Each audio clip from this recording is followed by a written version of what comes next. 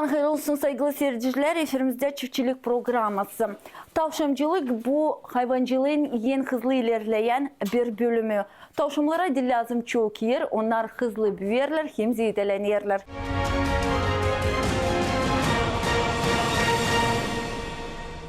Biz bulunuruz Çadır kasabasında Ivan Michkarday insan hangisi çeketti kendi işini daha 9 yaşında.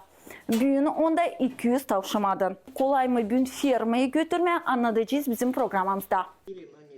Hepsi şekilde bir iki hayvandan, meraklıktan onlara ama dil gelirler için. Vakıtla bu meraklı geçti profesyonel uğruna nerede şimdi 200 tavşamadan beslenir. Ama en önemli burada dil sayı ama yaklaşmak bu hayvanlara. Tavşanların konfor besleme koşulları onların sağlığın temeli. En önemli ki onlarda olsun pak korunsunlar. Soğuklardan hem ventilasyon olsun. Kafesleri uygun olsun hem sık paklansın.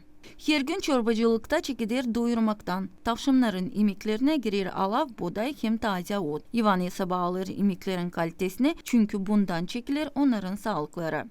С кроликами я начал в возрасте 9-10 лет.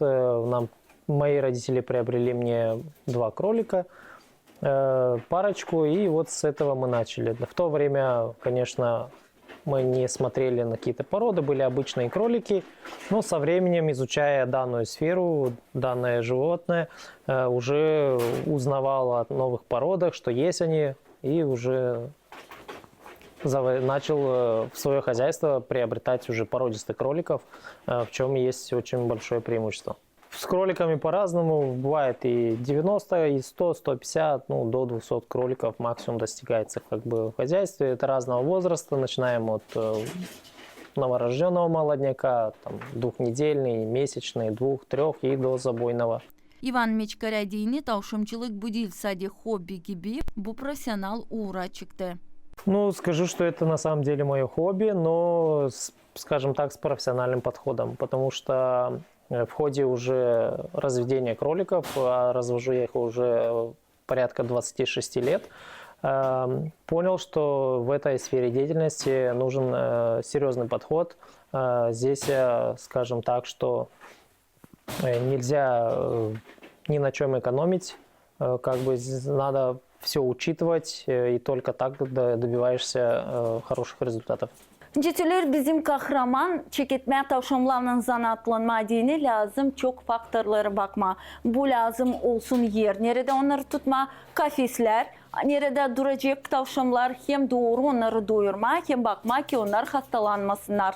Для хороших результатов, скажем так, чтобы мы растили кроликов и у нас было все хорошо, надо учитывать основные 4 фактора. Первый фактор – это чистота и порядок должен быть, потому что это такое животное, которое очень подвержено к заболеваниям, и чистота и правильный уход, как бы он дает положительный результат.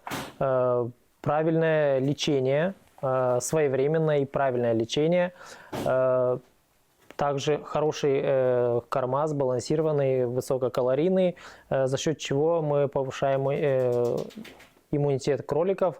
От этого они меньше болеют, мы меньше используем медикаменты в хозяйстве при разведении и получаем более чистое экологическое мясо. И также порода. Порода это, она, конечно, нам дает определенные результаты. Это высокая рождаемость, высокая молочность, хорошие привесы, что тоже, в принципе, выгодно в итоге вырастить этого кролика и получить хорошее мясо диетическое. Кролика можно рассмотреть в разном типе содержания, как уличного, как полузакрытого типа содержания и закрытого типа содержания. Но есть ряд минусов и плюсов в том или ином содержании. Если говорим о уличном содержании, полуоткрытом или открытом типе содержания, это очень хорошо, допустим, в зимний период получить хорошую шкурку, потому что кролики как бы при низких температурах они сами формируют очень густой хороший покров шерсти, за счет чего это забивая этого кролика, можем получить хорошую шкурку. Но это единственный плюс этого содержания, потому что, ну, скажем, он одновременно и минус в том, что мы шкурку никуда не можем реализовать. Она, в принципе, на сегодняшний день непригодна на местном рынке. И с учетом этого, как бы только смотреть их на улице ради шкурки на сегодняшний день нецелесообразно. Закрытое помещение, оно дает больший эффект. И от этого у нас меньше проблем, потому что есть такое заболевание миксематоз, от которого мы ставим вакцину. При уличном содержании есть такие переносчики насекомых, как комары и так далее. Они могут распространять это заболевание. При уличном содержании мы очень часто подвергаемся этому вирусу, и наши кролики болеют в той или иной степени. А вот в закрытом типе содержания мы можем контролировать, получается, что ограничиваем доступ этих насекомых, при этом у нас нет распространителя этого заболевания, и наша, скажем, вакцинация, как бы то, что мы их вакцинируем, это тогда мы меньше имеем заболевших кроликов, и у нас, опять же, намного кролики чистые, не болеют, не умирают, и мы, опять же, сохраняем максимальное количество стада. Tavşanların komfort besləmə koşulları onların sağlığın temeli. Yəni, önemli ki onlarda olsun pak, korunsunlar. Soğuklardan hem ventilasiya olsun. Kafesleri uygun olsun, hem sık paklansın. Клетки есть разного типа, разного формата, разных размеров. Но на сегодняшний день я пришел к этому формату клеток. Она изготовлена вся из сетки, что нам облегчает процесс уборки этих. С учетом того, что она вся из сетки, она лучше обветривается. Сетчатые полы, получается, не задерживают кал кроликов. Он весь выпадает в специально сделанные стеки для навоза, которое при этом попадает в ведра, и мы их очень бережно и легко выносим из крольчатника. Есть клетки, можно делать и с сплошным полом, можно делать сетчатым, можно делать комбинированный, но в принципе мы сделали такие для того, чтобы мы меньше времени тратим на их содержание. Мы при таких клетках, скажем так, что тратим очень мало времени для того, чтобы за ними убрать, прибраться и привести в чистоту, порядок. Каждые 3-4 дня, 5 дней нужно будет убирать за ними. Но опять же у нас получается, что у нас на ферме установлена вентиляция, специальные вентиляторы, которые включаются и выключаются по заданному режиму, что тоже контролирует избыточное количество аммиака в помещении. Это все делаем для того, чтобы как бы не распространялся запах аммиака, и опять же он не влиял на респираторные органы животных. Солнечные лучи, они очень отрицательно влияют на животных. Сквозняк, он провоцирует на, опять же, повторюсь, респираторные заболевания, такие как ринит. И солнечные удары, они тоже его боятся, как бы кролик может погибнуть буквально в считанные минуты, в короткое время. Они этого боятся, как бы, и болеют. Скажем, у них бывает воспаление глаз, бывает воспаление дыхательных путей, что тоже может распространяться. Есть инфекционный ринит, который распространяется от животных к животному и тоже может увеличить падеж на ферме. İvan Meçkar kendi işinde çok denedi. Türlü doyurma tavşanları diyeceğiz otlanda, başka yemeklerle de aman durgunluk kondi korumada çünkü o söyler hani o iyi hem faydalı bellidir kendisini tavşanlarla. В самом начале своей деятельности мы приходили к разным видам корма, не смотрели, не соблюдали все, что, скажем, и сено, и трава, и корнеплоды, и зерно, все использовалось. Но на сегодняшний день мы пришли к тому выводу, что гранулированный комбикорм, он дает намного больший результат, потому что в нем есть все, что необходимо для кроликов. Это все виды злаков зерновых, кальций, люцерна, все измельченное и запрессованное в гранулы, при помощи которого кролик, поедая этот полнорационный корм, он получает лучший привес. По-другому, по отдельности все эти злаки мы не сможем ему предоставить, потому что он начнет выбирать, будет рассыпать, это будет увеличивать затраты.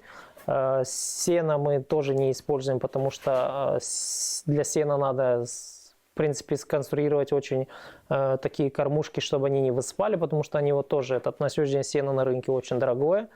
И получается, что он тоже не рентабельно. На сегодняшний день гранулированный комбикорм – это наилучшее решение. Это сбалансированный корм, который они поедают с удовольствием. И, в принципе, растут хорошо, быстро и при этом меньше болеют. А что в плане овощей? Из овощей используем, в принципе, только морковку. Это самый такой безобидный вид корнеплода, который не дает отрицательных результатов при излишнем, скажем, потреблении. При передозировке на них это отрицательно не влияет. Капуста, если ее немножко переборщить, она может дать побочные эффекты на пищеварительную систему. Картошку тоже, в принципе, не используем. Красная свекла, она тоже, скажем, кормовая свекла, она используется, но они ее не так поедают со вкусом, как любят морковку. Обязательно вода должна присутствовать всегда, постоянно. Без воды, получается, скажем, даже у кормящих матерей не формируется нужное количество молока. Воду мы в наших клетках, они оборудованы так, что мы провели систему автопоения, и подключено в общую емкость, и кролики постоянно имеют доступ к воде. Она находится на определенном уровне, куда достают кролики от месячного возраста и старше, могут спокойно потребить столько, сколько необходимо им жидкости. При этом, что это не какие-то тарелочки, баночки, куда они могут также нагадить,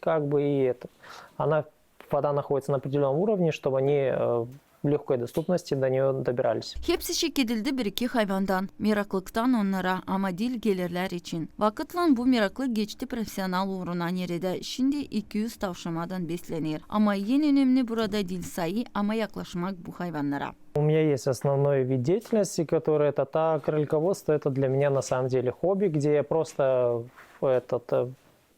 у кроликов я появляюсь, в принципе, в своем хозяйстве раз в сутки, в основном, и это только вечером. Я прихожу, я здесь занимаюсь случкой, занимаюсь вакцинацией, уборкой, досыпаем корм, доливаем водички. Просто следим за каждым кроликом, как он себя ведет, все ли хорошо, и так далее.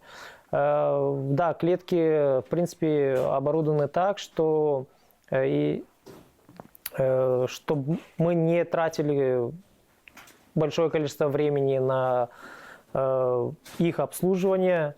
Здесь получается, что у нас бункерное кормление, оно позволяет нам в течение недели, кролики кушают корм без нашего присутствия. Также вода, емкости заливаются, на день-два хватает емкость для их полноценного потребления воды. И клетки мы специально соорудили так, чтобы мы здесь тратили наименьшее количество времени и получали нужный результат. Скажи, пожалуйста, семья помогает? Нет, на самом деле на сегодняшний день на ферме работаю только я. Детки приходят так погладить кроликов, посмотреть на них. Супруга иногда помогает поставить вакцину, а так, в принципе, обслуживается сегодня одним человеком, и это к этому, в принципе, было все подведено, это все клеточное оборудование, все было сделано так, чтобы минимальное количество людей было сюда задействовано и минимальное количество времени было потрачено при обслуживании. Mahsus hesaba lazım alma hastalıkların profilaktikasını, onun için pek önemli geçirmeye vaksinasiyaya bakma sanitar ölçülerini hem hasta hayvanları tutmama bir yerde. En çok onlar hastalanırlar miksomatozla hem viruslarla. Есть две основные вакцины на рынке, которые мы вакцинируем кроликам. Пока хорошо, что других заболеваний каких-то серьезных не появилось, но это такое заболевание, как миксематоз и геморрагическое. Вакцина ставится... На рынке есть двух типов вакцина, двух стран-производителей. Мы работаем с одной, в принципе, которая больше зарекомендовала и больше от нее эффекта, скажем так. Вакцинируем мы в месяц и через 14 дней ставим вторую вакцину. Затем мы делаем ревакцинацию через 2,5 месяца. И если кролик не уходит на забой, он остается на производство, на племенное поголовье, то каждые полгода вакцинируются обязательным образом все кролики. Также по поводу то, что слезятся глаза, это происходит от избыточного, это воспаление, это от сквозняка, как мы говорили ранее, или от повышенного количества аммиака в помещении. Это не страшное заболевание, оно излечимо, просто надо его обнаружить на ранней стадии, как бы и просто проводить необходимые меры. Bizim fermenin çorbacılığında var türlü tavşan çeşitleri. İleriden o tutardı bir çeşitleri, şimdi başka. Раньше было много пород, но эти породы со временем перестали находиться на нашем рынке, начали завозиться новые породы, больше и, скажем, таких метисов, скажем так, выведенных пород определенных. Допустим, сегодня мы работаем с породой венгерский панон. Очень хорошая порода. На самом деле мы испробовали за весь период много пород, около более 10-15 пород. Мы в свое время занимались крупными породами, великанами, фландеры, бельгийские и так далее. Но мы поняли, что эти породы, они немножко нерентабельны. У них высокая потребляемость корма, у них половозрелость от 9 до 11 месяцев. И мы на них очень тратили много времени, много средств, что в итоге у них слабое потомство, как бы рождаемость 4-5 штучек. И мы поняли, что это не то, чем как бы можно заниматься в кролиководстве. Это не та порода, которая как бы наполнит наш холодильник мясом. Мы перешли к этим породам мясошкуровым, скажем так, которые лучше с приростами и с плодовитостью. Да, есть молодежь, она интересуется, кто-то начинает с маленького и доходит до определенных результатов. Кто-то начинает, но ему перестает нравиться это, потому что он думал, что все настолько так просто, а оказалось все не так. Есть ребята, которые... Был период времени, когда многие разочаровались вообще в кроликах из-за высокого падежа. Они сказали, что лучше мы будем смотреть там коз, овец и так далее, потому что с ними чуть легче. Но на самом деле, если мы хотим увидеть мясо кролика на своем столе, то мы вынуждены изучать этого кролика и стараться его вырастить при минимальных потерях. В принципе, за свой стаж трудностей с каждым годом все меньше и меньше. На самом деле их смотреть не так уж просто, если знать все, как бы с учетом своего опыта. Я изучил все их и все виды болезней. Пока из новых болезней ничего не появляется, как бы с ними справляться очень даже как бы возможно. Просто опять же повторюсь, что надо учитывать все моменты. Здесь в кролиководстве нет такого, что сегодня не накормлю завтра, сегодня не поставлю вакцину, может быть, не заболеет.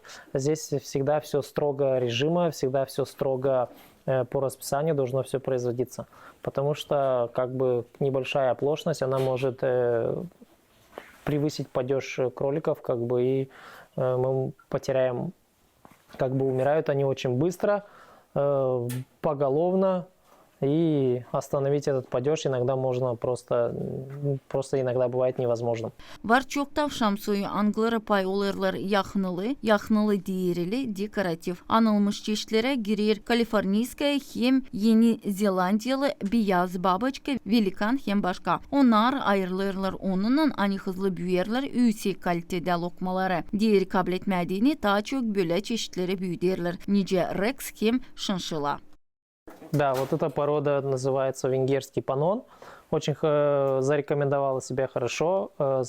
Самки этой породы с высокой плодовитостью, от 8 до 12 крольчат, высокая молочность и хорошие привесы. Но эти кролики, я скажу так, что они, в принципе, их можно и в уличном содержании смотреть, но вот то, что мы смотрим их в закрытом помещении, в принципе, климат напрямую на них не влияет. Также мы еще имеем в хозяйстве такую породу, как французский хиколь. Он немножко более интересен тем, что он по цвету такой более пигментированный, красивый, и многим он нравится только ради цвета, скажем так, но также он по плодовитости не уступает этой породе. Это у нас французский хиколь.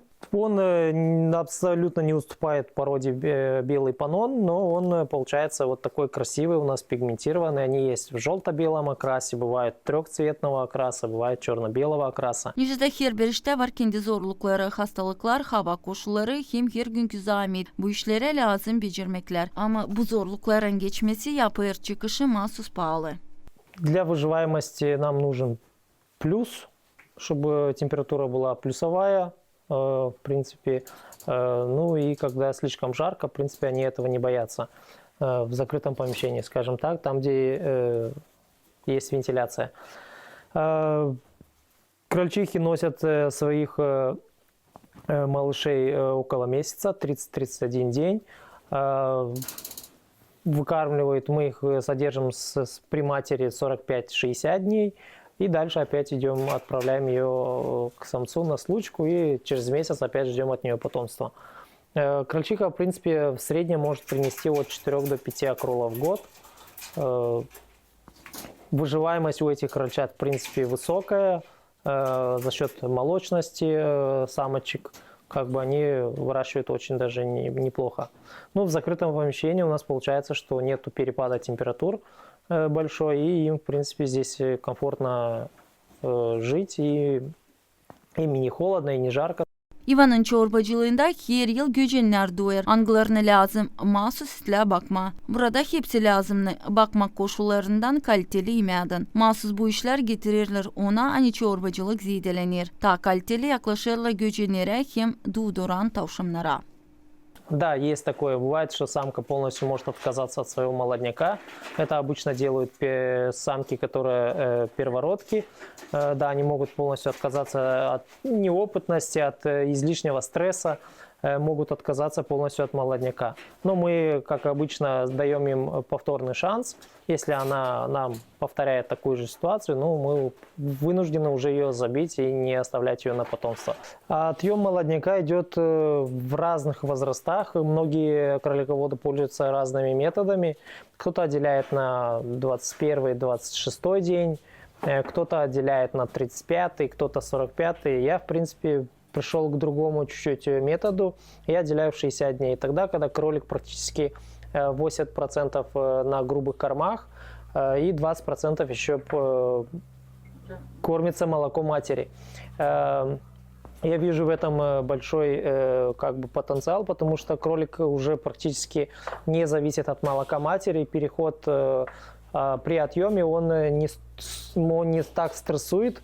Его как бы желудок уже готов принимать только грубые корма, и при этом они не вздуваются. Это есть такое заболевание у них, называется кокцидиоз, которое, если при раннем отъеме можем спровоцировать стресс, смена места, смена корма может спровоцировать, и мы можем потерять определенное количество молодняка. В этом мы получаем на 1 акрол, скажем, в сезоне меньше, но по итогу у нас молодняк практически без падежа отнимается, и он не ощущает, он не скидывает в привесе, он не ощущает этот переход, он отнимается и растет дальше, продолжает развиваться. Мы не кормим сами, потому что это занимает кучу времени, это не основной наш вид деятельности, повторюсь. Мы делаем сплоченные акролы, мы за раз там случаем 5-7 самочек, и, в принципе, до недели возраста мы можем подсаживать к другим самкам. И иногда, когда какая-то самка отказывается, то мы разделяем, подкидываем к другим самкам, которые по возрасту малышей не больше недели. Я думаю, что стоит, потому что сегодня заниматься в любом случае чем-то надо, чем-то себя занять. Как минимум, не надо думать сначала о рентабельности, надо просто заниматься и понять, смогу ли я это, нравится ли мне это, а только как бы если человек заинтересовался, если ему понравилось и у него получается, вот тогда уже он может думать о рентабельности, ставить это на какой-то другой уровень и уже как бы наполнять, скажем, холодильник свежим диетическим мясом как себе, так и может реализовать кому-то. При смешении кровей мы можем получить не обязательно какую-то мутацию, но мы имеем слабые привесы, мы имеем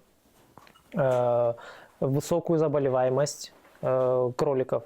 Из-за этого мы всегда это все соблюдаем, мы никогда не скрещиваем родных, близких или очень близких по родственной связи.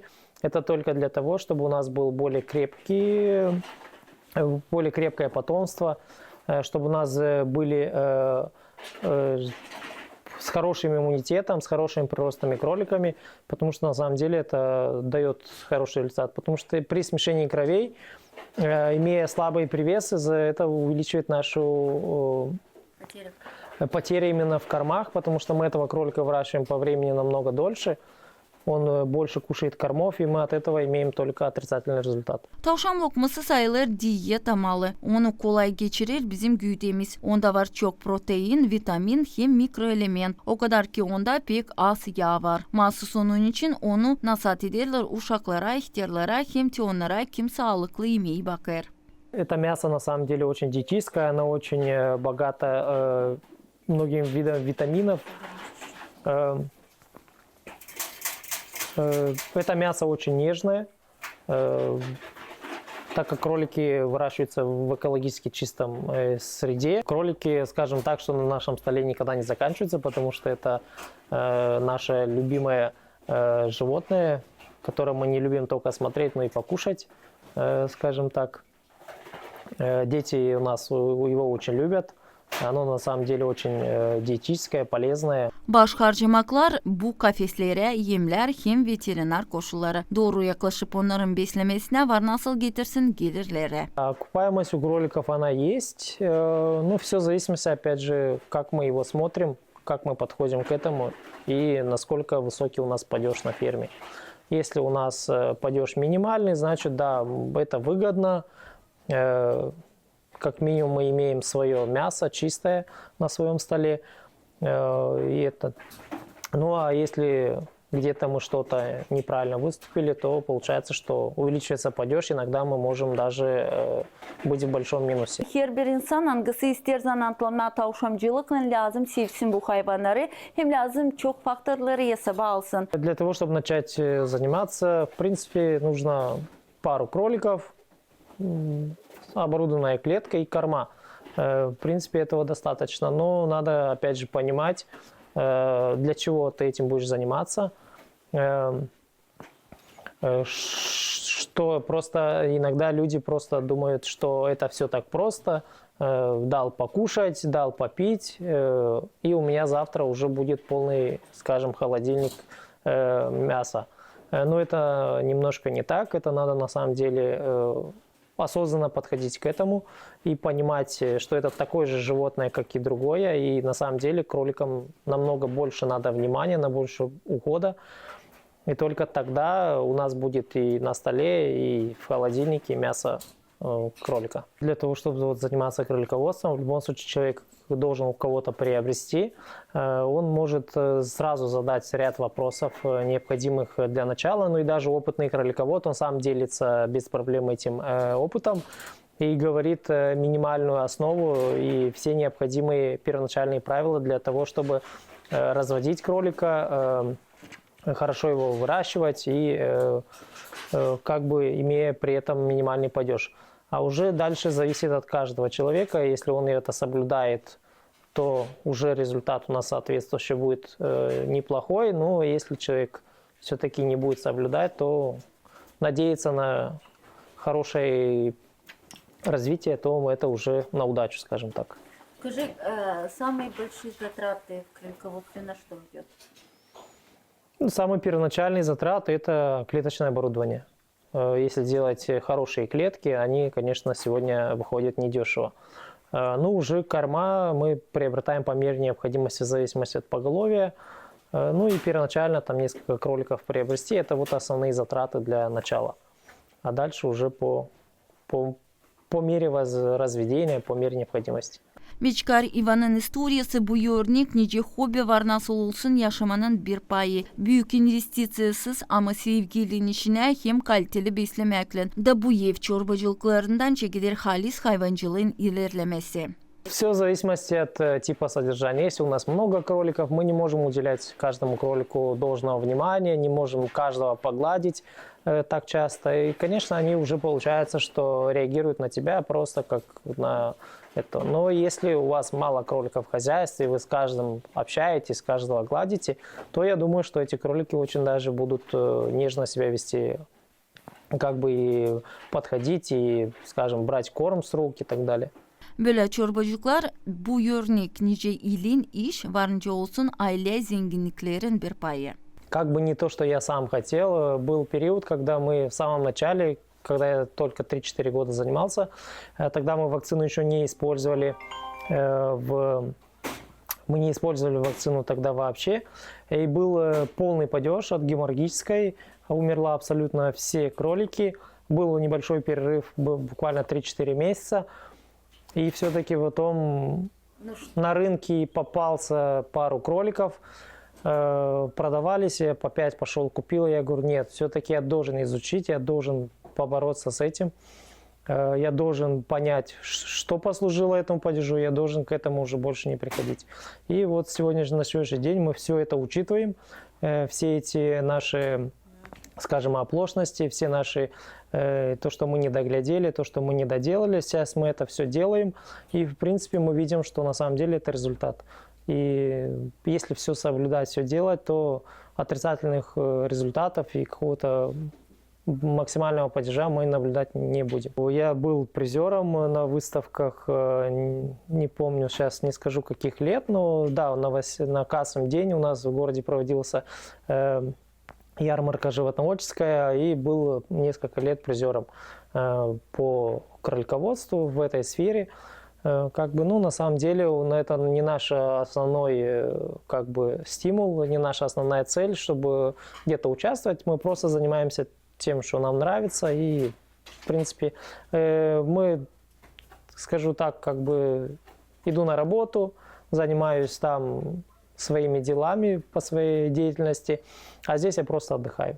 Здесь я просто прихожу, я имею какое-то общение с животными, просто за ними ухаживаю и вижу, что все хорошо, что у меня все получается, и этого, в принципе, мне... Здесь просто моя голова отдыхает, потому что здесь не надо nичего думать, здесь просто надо uглядеть, ухаживать. Çiftçilik programımız yaklaştı sonuna. Biz bin bulunduk Çadır kasabasında da gördük. Hani 2 tavşandan çekilerek kendi işini. Varınca bu yılların süresinde yetişmeye 200 tavşamadın.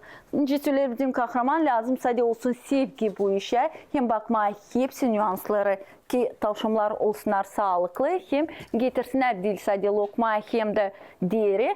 Ama sevindirsinler hepsini.